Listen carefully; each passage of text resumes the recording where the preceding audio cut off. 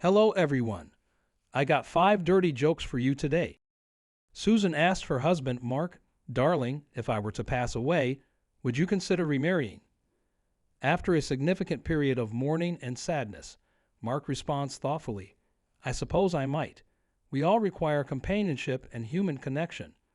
Intrigued by his response, Susan continues, "If I were to pass away and you decided to remarry, would your new wife live in this very house? We've invested a considerable amount of time, effort, and money into making this house exactly the way we wanted it to be. So I suppose yes, she might live here," Mark admits. Continuing her line of questioning, Susan asks, "If I were to pass away and you remarried, and she lived in this very house, would she sleep in our bed?" Well, the bed is brand new and very comfortable. It's sturdy and going to last for many years. So I suppose, yes, she might sleep in this bed, Mark answers honestly. Persisting with her curiosity, Susan then asks, "If I were to pass away and you decided to remarry, and she lived in this very house, and she slept in our bed, would she use my set of golf clubs?" "Oh, absolutely not," Mark responds instantly without hesitation. "Your golf clubs wouldn't be suitable for her at all. She's left-handed."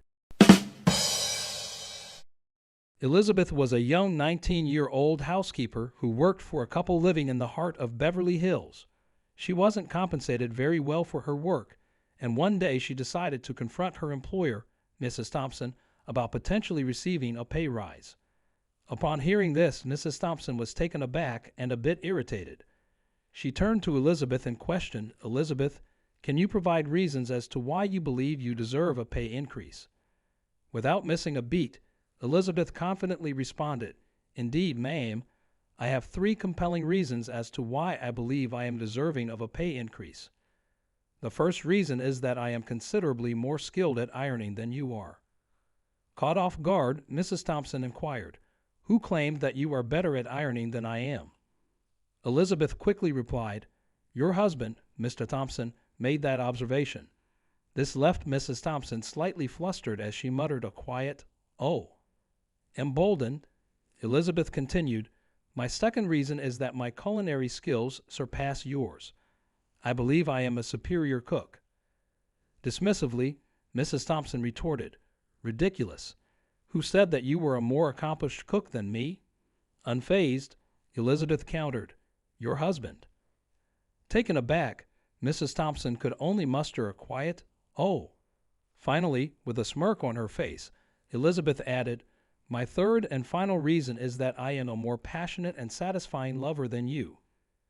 Infuriated, Mrs. Thompson said, "Did my husband dare to say that as well?" Elizabeth couldn't help but grin as she retorted, "No, ma'am, that compliment came from the gardener. Now about that pay rise."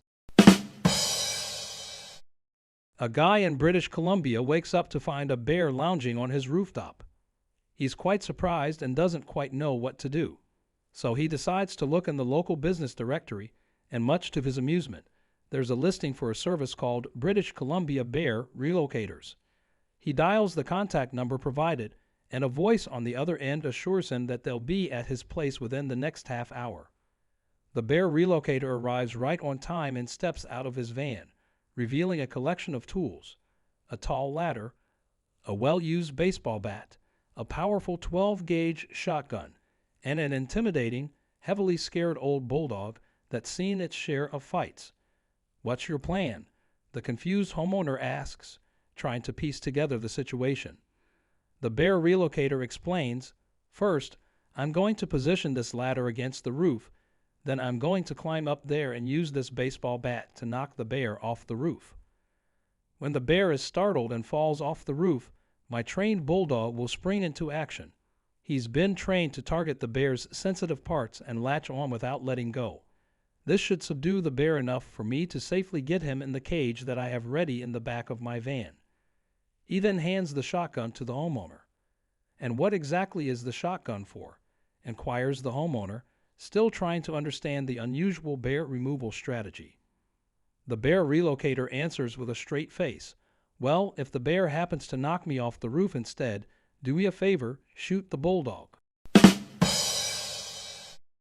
Two buddies, Tom and Jerry, decide they want to try their hand at moose hunting for the very first time. They've never been hunting before, so they stop at a local hunting supply shop to pick up all the necessary gear they'll need for their new adventure. The shop clerk, noticing that they're clearly novices, decides to have a little bit of fun with them. The clerk grins. The most effective way to hunt a moose is with one of these special costumes. It's designed to look like a female moose. What you both do is get inside it, make the mating call of a female moose, and when the male moose shows up, you just unzip the suit and take your shot. It's as simple as that. Taking the clerk's advice to heart, Tom and Jerry purchase the costume and head out deep into the woods. After struggling a bit, they manage to both squeeze into the same moose costume. Once settled, Jerry, who's in the back, instructs, "All right, Tom, start blowing that moose mating call whistle the guy at the hunting store sold us." Tom, who's in the front, begins blowing the whistle, over and over. About 5 minutes into their act, they see the biggest moose they've ever laid eyes on slowly approaching their moose costume. Feeling a mix of fear and excitement, Jerry whispers from the back, "All right, Tom, it's go time. Unzip the suit and let's shoot this big guy." There's a moment of silence.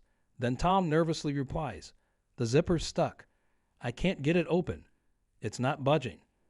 Now in a state of panic, Jerry asks, "So, what on earth are we going to do now?" Thinking on his feet, Tom says, "Well, I'm going to bend over and start eating some grass. But if I were you, I'd brace myself." In a small town, there was a popular pool club where people would hang out, have drinks, and chat.